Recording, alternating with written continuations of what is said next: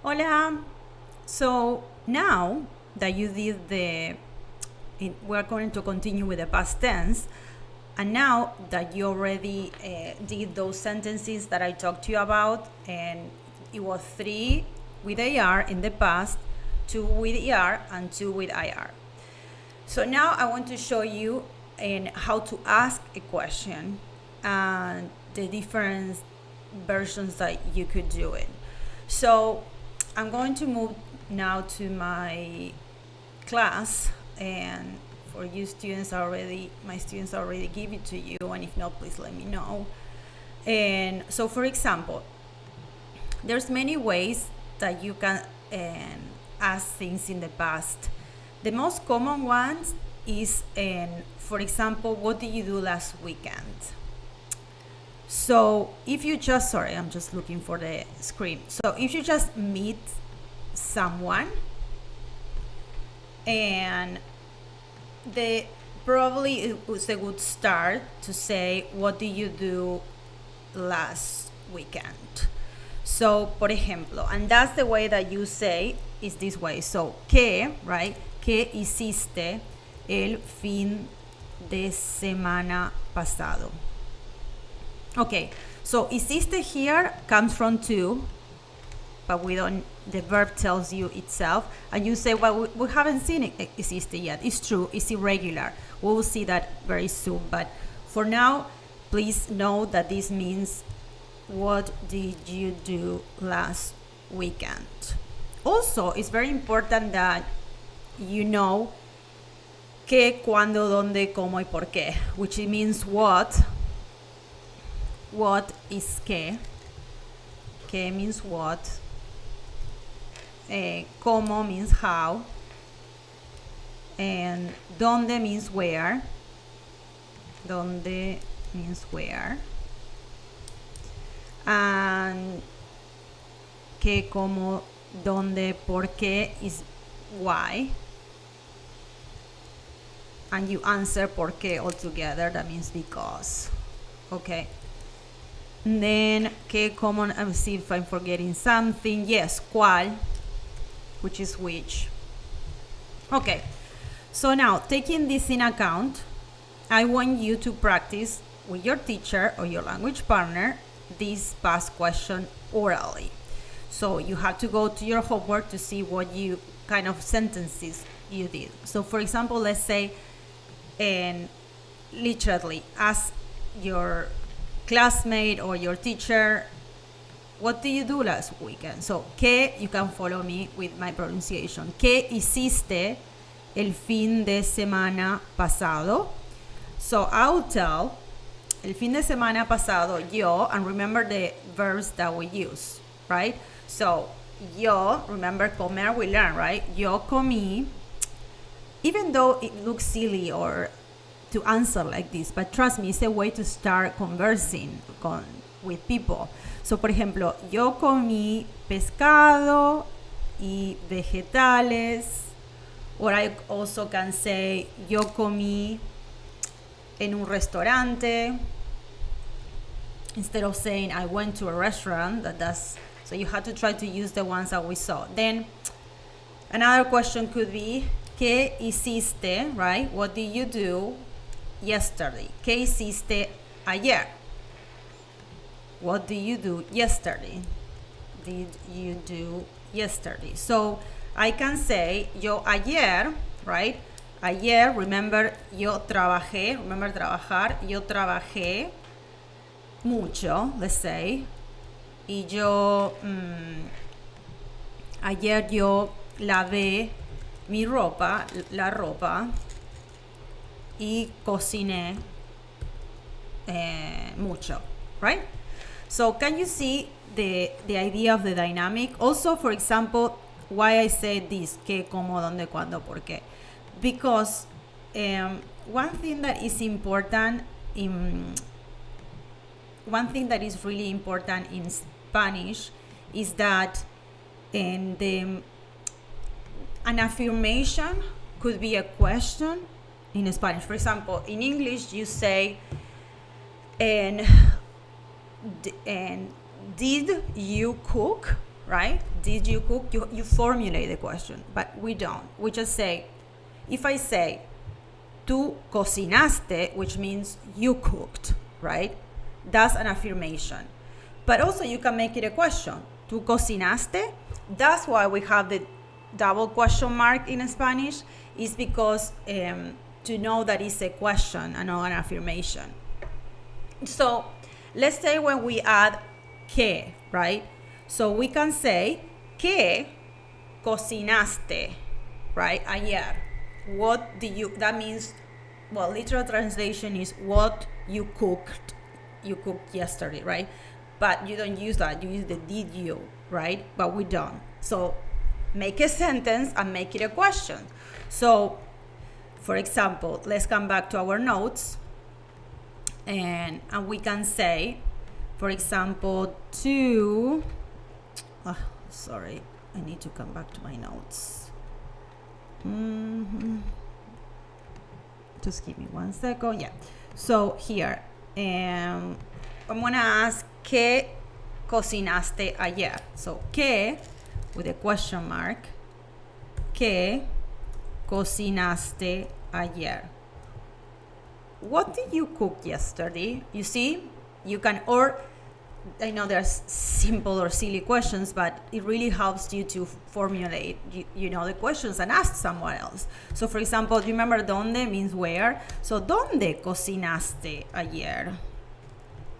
O ¿por qué cocinaste ayer? Why did you cook yesterday? What did you cook yesterday? Where did you cook yesterday? Why did you cook yesterday, right? So, okay, ¿qué cocinaste? Yo cociné, we said pescado y vegetales. And ¿dónde? Well, yo cociné en mi casa. Even if it's a silly answer, right? En mi or la casa, or en casa, even if you don't know how to say mi, en casa. ¿Por qué cocinaste? Porque, I don't know. Porque maybe you cannot respond right now, at least not in this level. So, what else? Another type of questions you can ask is with qué, cómo, dónde, and grab one of the verbs that we talk about. So, por ejemplo, comer. Comer with qué, right? So, ¿qué comiste? ¿Qué comiste? But I want to change it to last weekend. So, ¿qué comiste el fin de semana pasado? So, what did you eat? What did you eat like last weekend? Entonces, well, you can answer, yo comí carne en un restaurante, right? Actually, that could be a good, you see, and this is what I want you to do. You see, you start building questions according to all those verbs in the regular verbs that you know in the past, okay? So like to cook, to wash, lavar, you see? Also, sorry, I forgot to say cuándo. Cuándo means when. No cuidando, cuándo. So when. So you can ask, ¿cuándo, right, lavaste la ropa? When did you wash your clothes? ¿Cuándo lavaste la ropa? Okay. These are more simple questions. Now we can get a little bit more in detail with other type of questions. So, for example, if we go to the class again, let's go to the class again. Okay, sorry. So this is our class, and we go to the actual class. And here I have some examples for you. So, and you don't really have to know every question right now, but you can start with something. For example, alguna vez means have you ever. So you see how easy it is to pass. Bailar is to dance. So you see alguna vez, so bailaste, estudiaste, trabajaste, viajaste, o alguna vez cocinaste pavo, whatever. O alguna vez cocinaste pollo. Sí, cociné pollo hace o ayer or something. O ¿qué cocinaste? What do you cook? ¿Cuándo? And then the other version that you can use is ¿cuándo fue la última vez que? And the way that you answer that, let's go to the notes. Por ejemplo, ¿cuándo fue la última vez que cocinaste? Meaning, when was the last time that you cooked? And you can say, in this case, you had to repeat fue, because we haven't seen that irregular yet. We're gonna see it like later classes, but this means you had to answer like this. La última vez que yo, right? Because cociné, that's no cocinaste because it's yo. Fue, and then whatever time you did. For example, hace una semana, 1 week ago. That could be your answer. And that you start playing with these kind of questions. You see, alguna vez, ¿cuándo fue la última vez que? So I want you to formulate all these questions. I'm gonna do it myself right now, just to give you an example. And you can have to do this list of questions so you can ask somebody else. And you can practice with your classmate or with your language partner. So for example, with all the regular verbs for now, okay? Don't go further. So, ¿qué, por ejemplo, ¿qué miraste? And is miraste, mirar means to watch. It comes from to, right? ¿Qué miraste ayer en la televisión? Okay, that's a question. Yo miré, I don't know, una película, a movie. O yo miré Netflix, no la televisión. Or it could be, alguna vez. Let's use alguna vez means have you ever. Alguna vez escribiste una carta de amor. Have you ever written a love letter? Una carta de amor. And you can just say yes or no. Sí, escribí una carta de amor, o no escribí. Then, and so on. A lot of questions that you can start formulating with these verbs that you saw, right? Let's rewind here. So, trabajar, you can use trabajar to ask a question, or mirar, or caminar, o manejar. Entonces, I can ask you, for example, ¿alguna vez,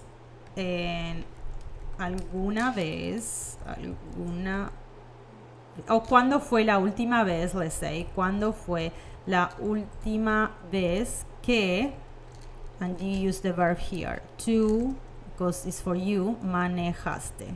And you can say, la última vez que yo manejé fue ayer. So, la última vez que yo manejé, you see how you play with the different tenses, fue ayer. If this is too complicated for you, ¿cuándo fue la última vez? At least focus on qué miraste, qué hiciste, qué cocinaste, cuándo cocinaste, right? ¿Qué cocinaste? ¿Cuándo cocinaste? So this is very important. And now I want to show you like this website that all my students, I keep insisting in it. I organize here in Chicago events where you can meet also people to find a language partner. But I'm going to show you now a website that is going to help you to do that. So it's called conversationexchange.com here. So you see this website, is one of the best ones that I found, and I want you to meet them, people online or in person. So let's say you need someone, right? I'm gonna put it a little bit closer. You need someone that speaks Spanish, okay, and that is learning English. And then my town is Chicago, but you can put any town that you are, or nothing, and you can meet people online, right? So let's put Chicago. So I search, you see this girl, she's looking for someone that could help improve her English. I'm a college student in the United States, and you're like, so you see, you email them, and then you can ask them all these questions that you saw in class or in homework, right? So generally generally in my classes, I give also a lot of list of questions and examples that you can ask someone else, but with those verbs that are regular, because you don't want to, of course you want to be able to say everything right now. I want to say ayer fui, and fui is irregular, right? Which means went, or whatever, any other verb. But for now, please just focus on those regular ones and start practicing with someone else. That's the way that you start gaining, your learning and listening skills, but also oral skills. I also host events in my town, I guess, where I live in Chicago, and twice a month. So if you're in Chicago, we partner with another English school called EF International, where Latin American people come here to Chicago to learn English, just that. So they meet with my students with some drinks or whatever, and it's a very cool social way of meeting people and practicing what you saw in class. But okay, if you're not in Chicago, anyways, the website meetup.com too, so that I can show it to you. And just give me 1 second. So meetup.com, it works in any city that you are, honestly. Even it's in Buenos Aires, where I am from. Meetup.com, this one is, you see. So here, you see, in every city, unfortunately, it's every big city, right? They have events that are for free. And you can just put, sorry, it's a little bit slow. You see, you have different things that you can do, different events. And of course, even this says learning, and there's language and culture. You see here, this is awesome, in my opinion. I used to do this when I arrived to the US to meet new people, right? So I put Spanish within 10 miles of where you are. And you see there's a suburban, this is the one in Chicago. But you can put, within 10 miles of where you are. It could be New York, or it could be any other place. So it doesn't really have to be only where I am living, okay, in Chicago. So good luck, keep practicing, and then we're gonna move to the irregular verbs.